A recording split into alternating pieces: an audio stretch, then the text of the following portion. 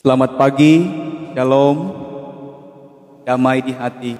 Hari ini Kamis 14 April 2022 bersama saya Vikaris Pendeta Eugene Marius Molang dari Gedung Gereja Gemim Sion Madinipure mengajak Bapak Ibu Saudara untuk dapat beribadah di pagi hari ini.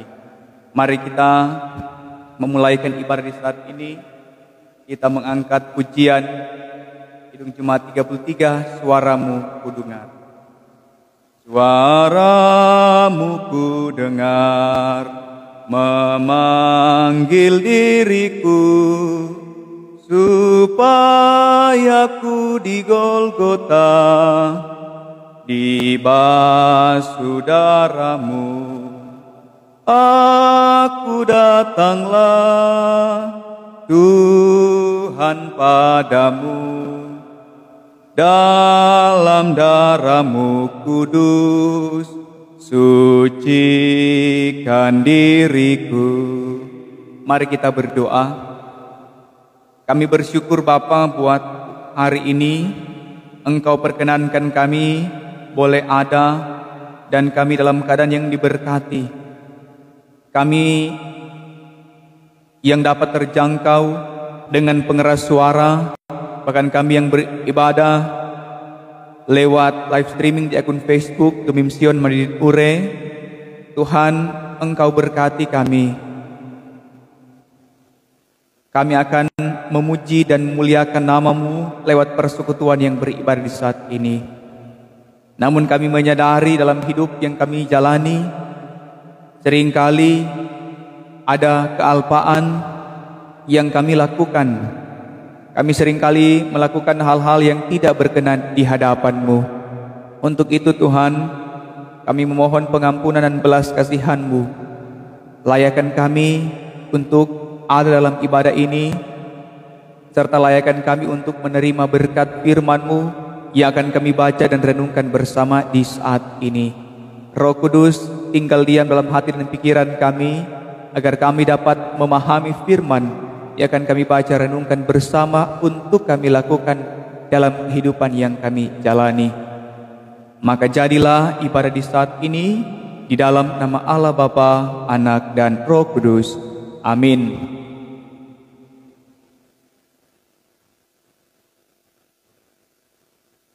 Injil Lukas 23 ayat 41 yang akan menjadi perenungan kita di saat ini.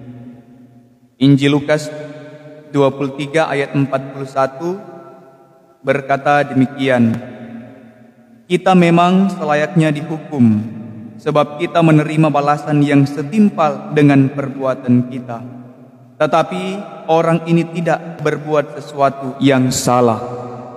Demikianlah firman Tuhan.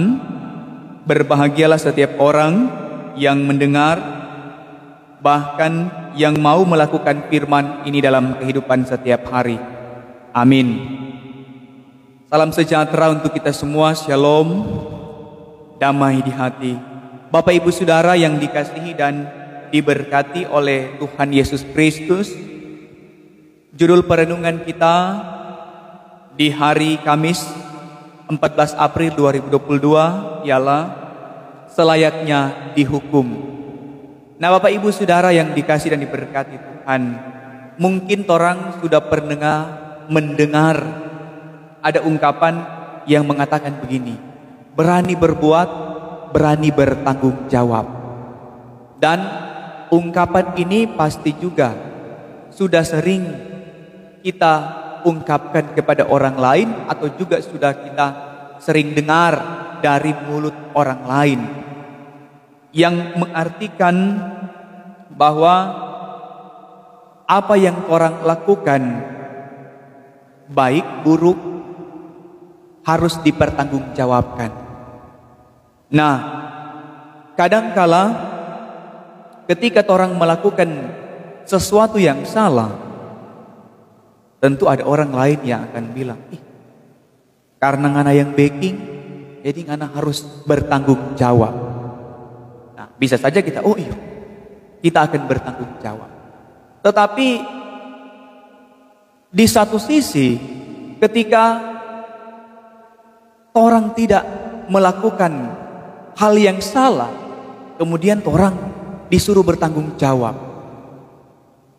Apakah orang akan bertanggung jawab? So jelas-jelas bahwa misalnya orang tidak melakukan kesalahan itu, tetapi orang lain bilang, kan harus tanggung jawab.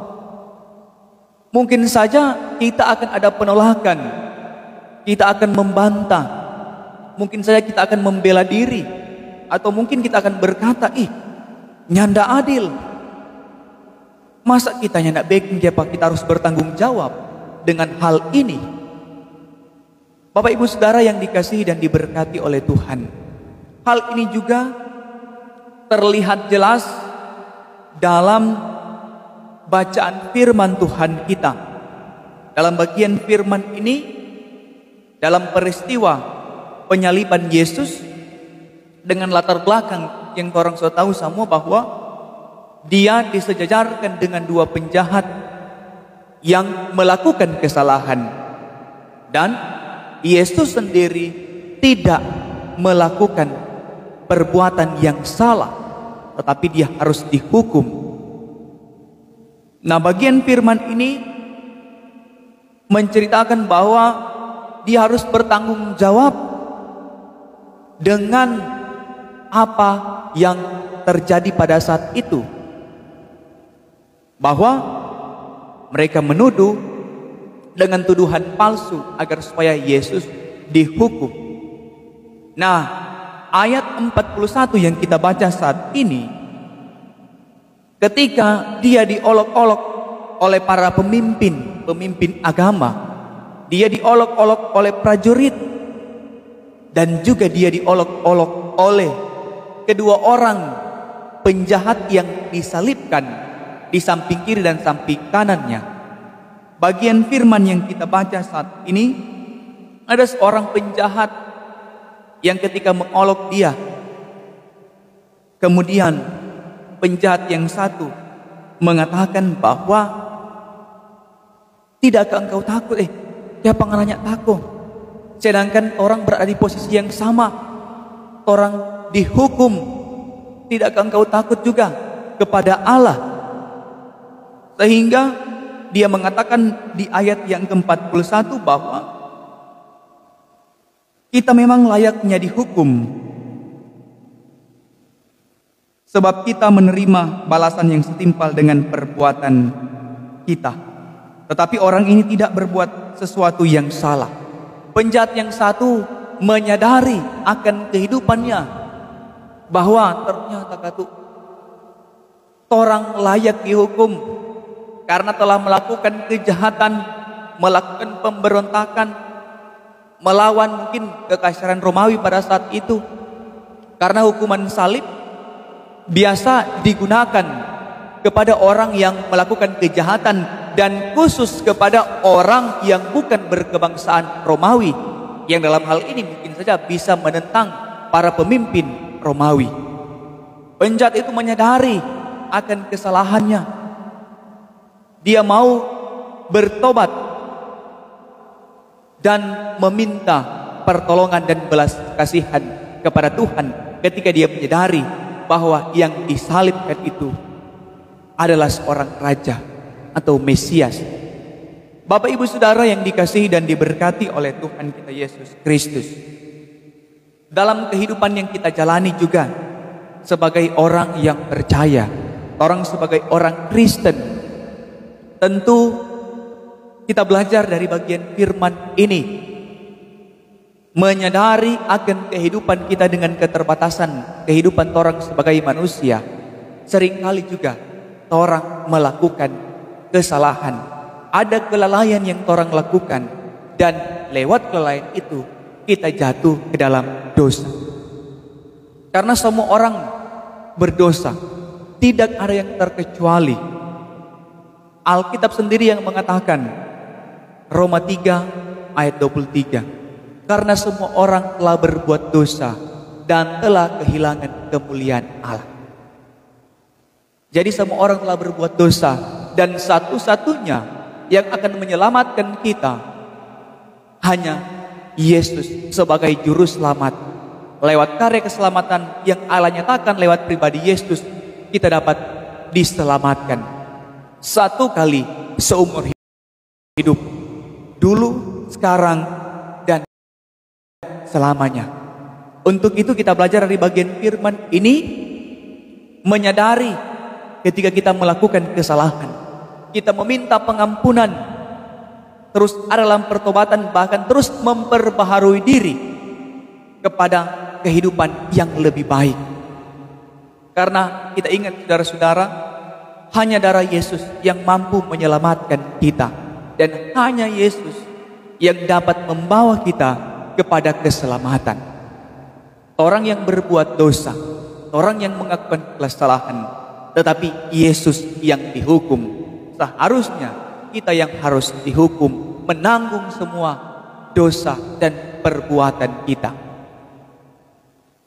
Anugerah Tuhan yang dinyatakan dalam hidup kita secara cuma-cuma, kita terima secara gratis, maka sudah seharusnya orang sebagai orang percaya, tanggung jawab kita untuk terus melakukan semua yang terbaik dalam kehidupan yang kita jalani, sebagai tanda kebangkitan iman kita, agar tidak sia-sialah pengorbanan Kristus di kayu salib untuk menebus kita sebagai umat manusia. Kita terus memperbaharui diri dan terus ada dalam pertobatan, dan biarlah Tuhan terus akan menolong kita dengan Roh Kudus dalam memaknai karya keselamatan yang dikerjakan dalam kehidupan pribadi lepas pribadi kita. Tuhan Yesus memberkati. Amin. Kita akan berdoa, mari kita satu dalam doa. Ya Tuhan, ya Allah kami, terima kasih banyak waktu dan kesempatan yang boleh Engkau berikan bagi kami. Kami boleh ada dalam persekutuan yang beribadah di saat ini. Kami boleh belajar dari bagian firman-Mu. Roh Kudus bekerja dan berkuasa bagi kami, agar kami dapat memahami dan mengerti firman ini, sehingga firman ini boleh kami lakukan dalam kehidupan yang kami jalani.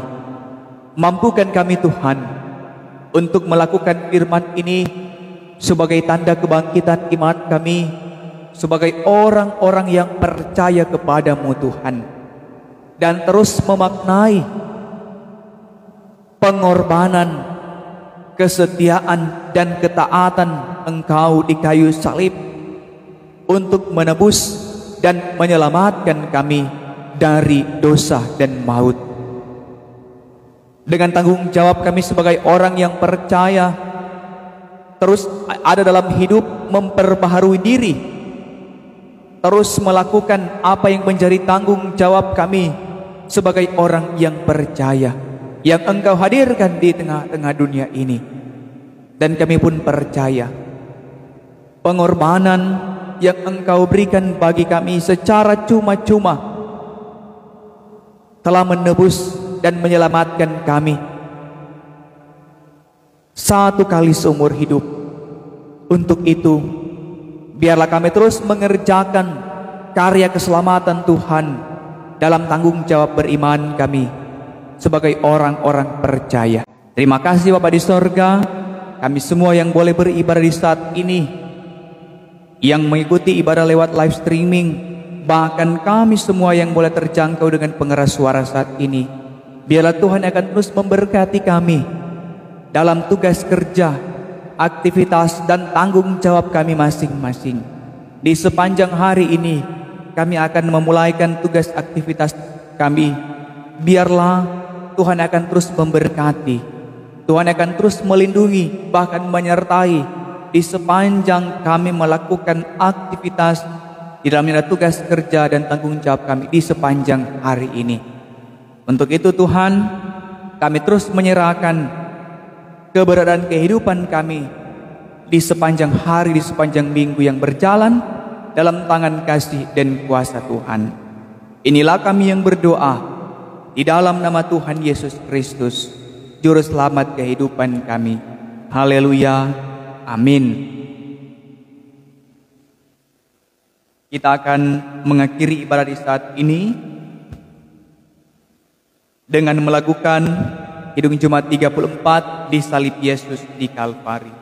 Disalib Yesus di Kalvari, kuserahkan dosaku yang keji, oleh darahnya aku bersih. Puji namanya, puji-puji namanya, puji-puji namanya, oleh darahnya aku bersih. Puji namanya. Terimalah berkat Tuhan, kasih karunia dan damai sejahtera dari Allah Bapa dan dari Tuhan Yesus Kristus dan persekutuan dengan Roh Kudus akan terus menyertai saudara-saudara hari ini, esok, sampai selama-lamanya. Amin. Amin. Amin. Demikianlah ibadah kita di saat ini. Tuhan Yesus memberkati. Selamat kita beraktivitas. Shalom. Damai di hati.